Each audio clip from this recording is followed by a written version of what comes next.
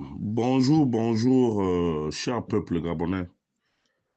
Il est présentement 16h06 ici à Blois-Chambord.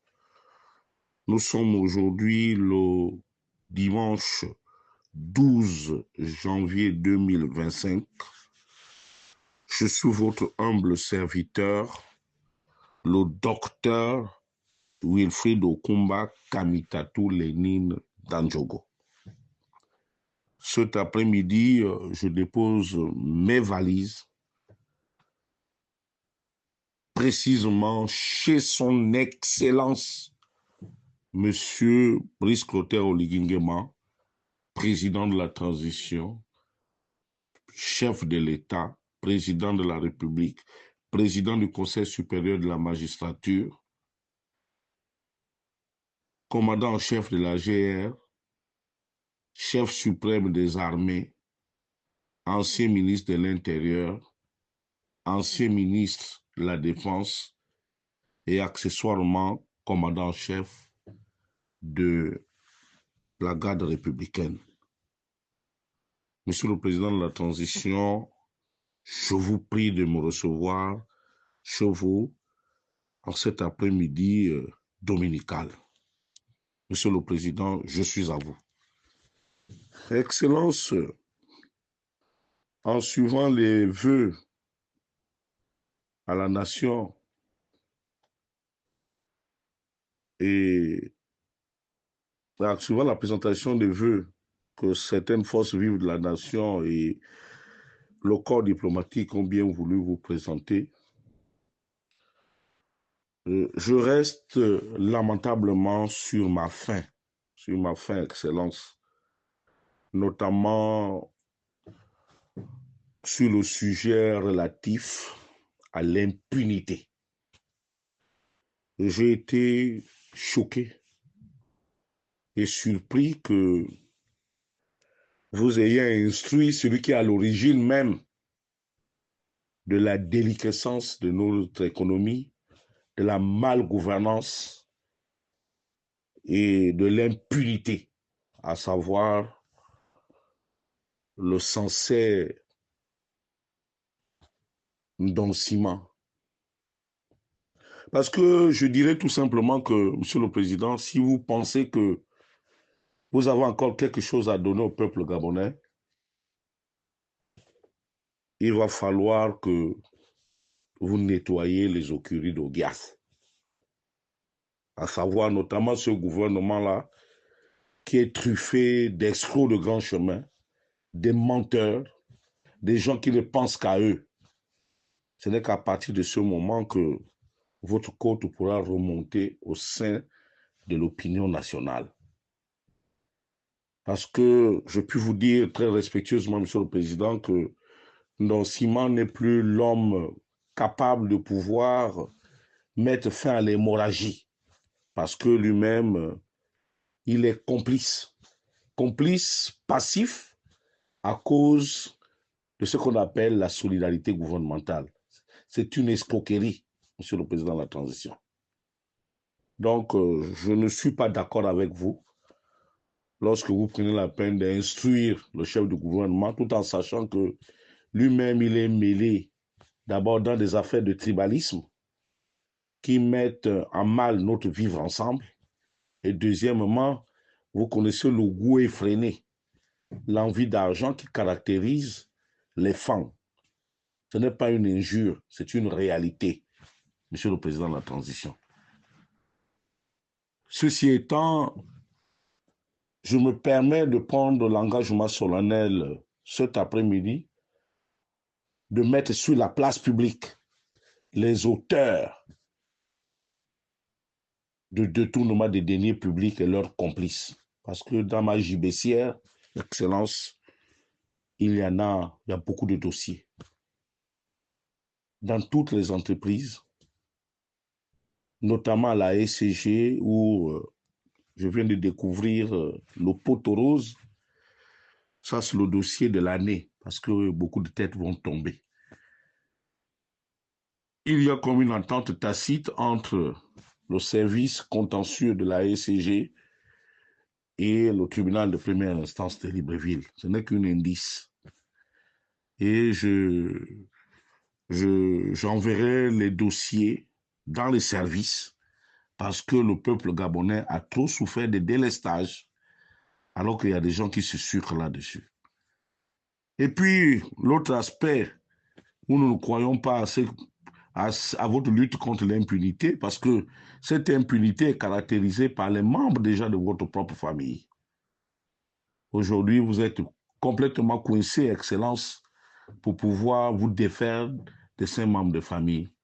Il y a eu même de la défiance dans le dossier Gab Oil, où certains de vos parents-enfants se sont permis de dire que si vous mettez tel en prison, ça va être chaud chez nous ici à OIM. Et c'est vraiment décevant. C'est décevant qu'on en arrive là. C'est décevant parce que vous avez perdu l'autorité à cause de plusieurs membres de votre famille, qu'elles soient paternelles ou maternelles, qu'elles viennent des dérivés, c'est-à-dire vos épouses qui ont placé leurs propres parents dans les cercles de décision. Je vous prendrai par exemple la situation du ministère de la Santé. Monsieur le Président de la Transition, nous sommes appelés à mourir. Mais la mort, elle est générale, Monsieur le Président de la Transition. Le jour qu'il y aura une épidémie ou une pandémie qui viendra, elle ne choisit pas. L'épidémie, les pandémies ne choisissent pas chez qui elles vont frapper. Donc même ceux qui pensent qu'ils ont de l'argent aujourd'hui, ils n'auront peut-être même pas le temps de pouvoir en jouir. Ils verront toute leur famille décimée par la pandémie ou par une maladie quelconque. Le professeur Mungungu aujourd'hui, Monsieur le Président de la Transition, mérite d'aller à la prison centrale de Libreville. Le dossier qu'il connaît lui-même de l'hôpital général. Deuxièmement, Monsieur le Président de la Transition, je viens de perdre mon oncle paternel, Monsieur Philippe Djoula, accessoirement secrétaire général de la Kousiga. Il est mort au CHU d'Akanda. C'est devenu un mouroir parce que un membre du CETRI et un gang se sont appropriés tous les moyens, même une simple compresse. On n'arrive plus. Il n'y a plus rien là-bas. Sous le fait du respectable maître Laosson Mandji, parce qu'il coucherait une fille chambriée, parce qu'il serait membre du CETRI, qu'il peut se permettre de mettre en danger tout un pays. Les hôpitaux militaires aujourd'hui ne sont plus l'ombre d'eux-mêmes. Il n'y a plus rien dans les hôpitaux militaires. C'est devenu beaucoup plus les boîtes d'enrichissement pour manger là au centre, pour entretenir sa belle de nuit. C'est tout, Monsieur le Président de la Transition. Excusez-moi de l'expression. Vous devez agir. Nous voulons le démantèlement du gouvernement. Nous voulons le démantèlement de la haute administration, Monsieur le Président de la Transition.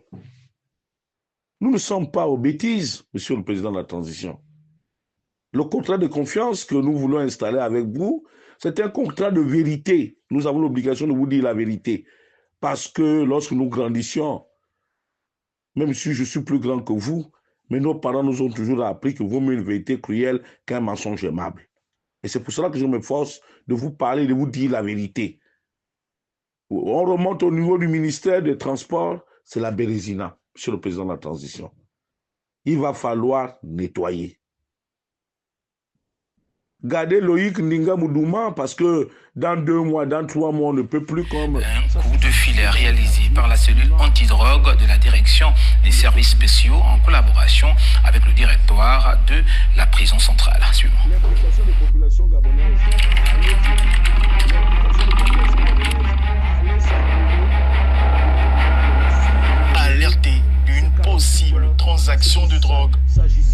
prison centrale de Libreville, les agents des services spéciaux font une descente et suivent la trace du détenu chargé de vider les poubelles jusqu'à sa cellule, où une découverte insolite va être faite. On parle de 50 bottes de cannabis, 10 kg de skunk, plusieurs plaquettes de kobolo, des téléphones portables ainsi que des armes blanches.